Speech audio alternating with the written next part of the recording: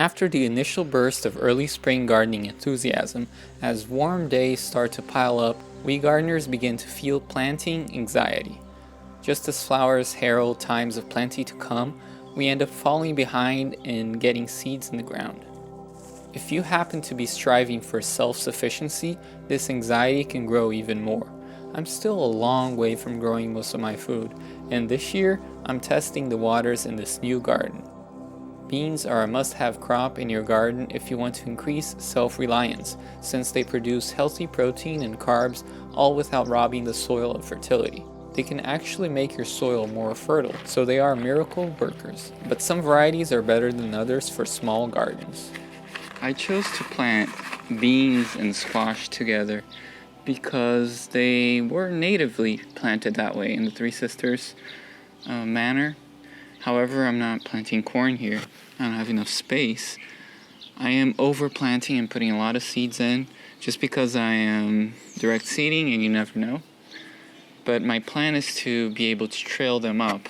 Now, I do like to have green beans in the garden because, especially the pole type, I think they produce a lot of pods, and they're worth their investment in the amount of square footage they take. They grow up and don't spread around as much if you train them. That way you get more out of less space. I'm also growing a few winter squash seeds, putting them in between. I know that the beans are supposed to be ready a little bit sooner than the squash. And the plan is precisely to have the squash develop a little bit later as the beans are dying out. Winter squash, well, the name says it all. They need a sort of long growing season, but they'll only start really to produce at the end of the fall, closer to winter.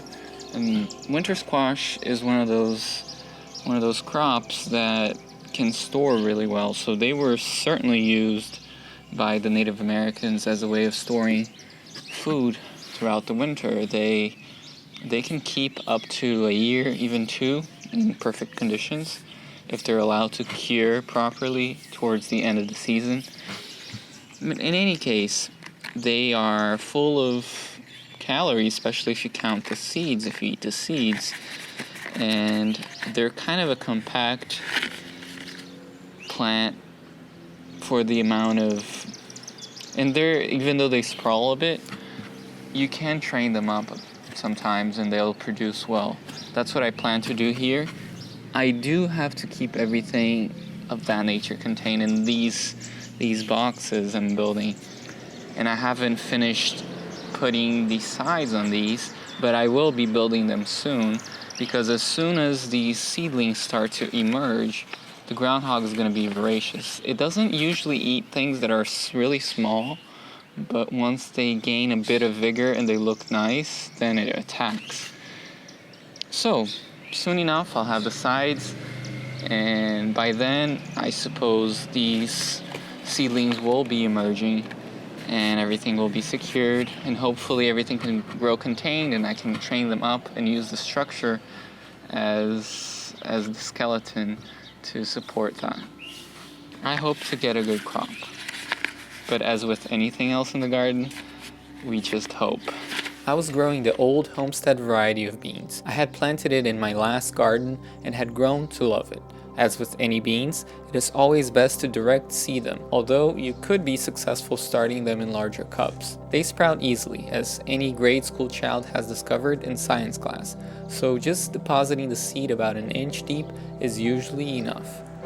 Much like the butternut squash I was interplanting them with, the bean sprouts can grow through a normal layer of grass mulch. I'll be back right after this commercial.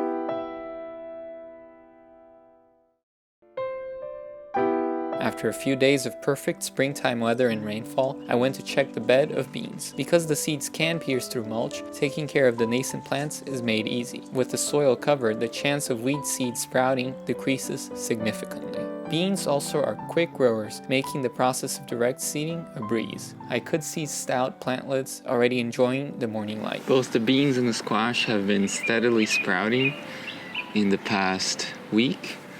I think the temperature and the weather conditions have been perfect for sprouting seeds.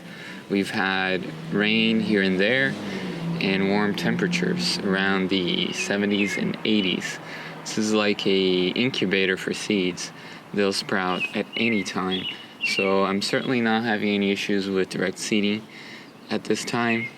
It shows that you can, and why not, direct seed when you have a lot of seed or when you don't have much time and you only have a small window of opportunity to get your garden in. That being said, I do need to cover this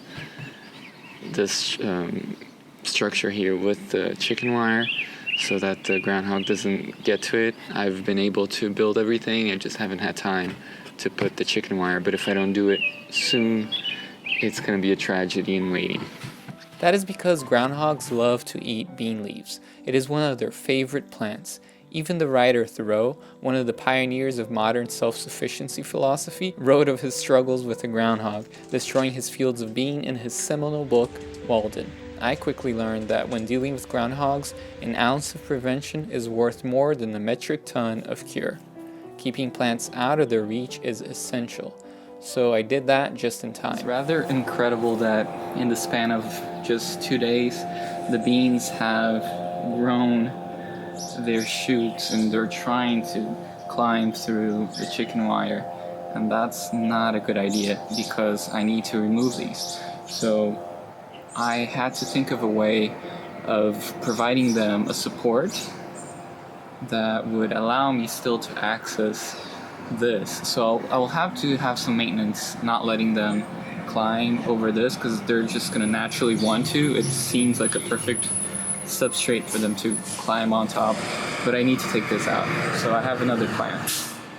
When I designed these beds, I did think of this potential problem and built a solution to use the seemingly decorative structure itself to its advantage. Well, the plan is pretty simple in execution. I have these extra trimmings of the elm tree I cut down a few weeks ago. So I'm going to use these as the main support, and they're basically going to be just leaning against the structure I built. So it should be simple. And as you can see, there's a wild cucumber vine growing here. I don't think they're edible. It's incredible how disease-free they look. But they're already going up there. Climbing vines probably like this type of texture to climb, so why not just provide exactly what they need? Mimicking nature is always a good path when dealing with nature. If vines happen to love climbing on sticks, why not just provide a stick for them to climb on? Problem solved. As for my choice of bean variety, there were reasons why I had picked the Old Homestead pole bean. Besides being an open-pollinated heirloom variety, it is a versatile plant that can produce well in small spaces. They can be eaten when still young as green beans, however they perform really well as dried beans, to be cooked and enjoyed in soups and stews. I actually prefer them that way. I picked out a few branches that I felt would work best for my purposes. I needed to keep the growing vines close to the central portion of the bed and away from the sides.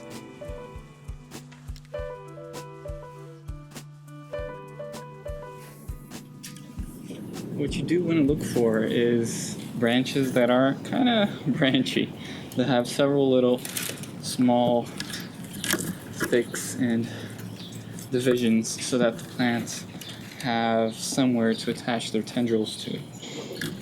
I know that the squash, I think squash has tendrils, yes, they will wrap around the specialized hooking mechanisms into whatever support they're trying to climb onto. And the beans have a tendency to wrap around, so they like circular places.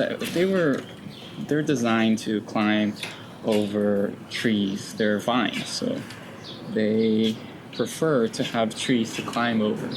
It's just going to be a matter of finding the right size, cutting them to size, and then leaning them inside of the cage here so that the cage is support structure is the skeleton that holds everything together, and it's trying to keep things towards the center and then up.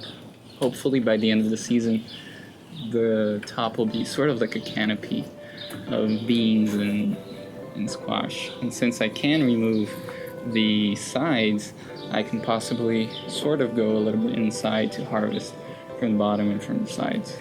I think the proportions are right. The size of the cage is perfect for human proportion, for my size especially. Therefore, my hope is that it's going to work beautifully. If you want to know what happens to my bean vines, then make sure to check out my upcoming videos. See you there.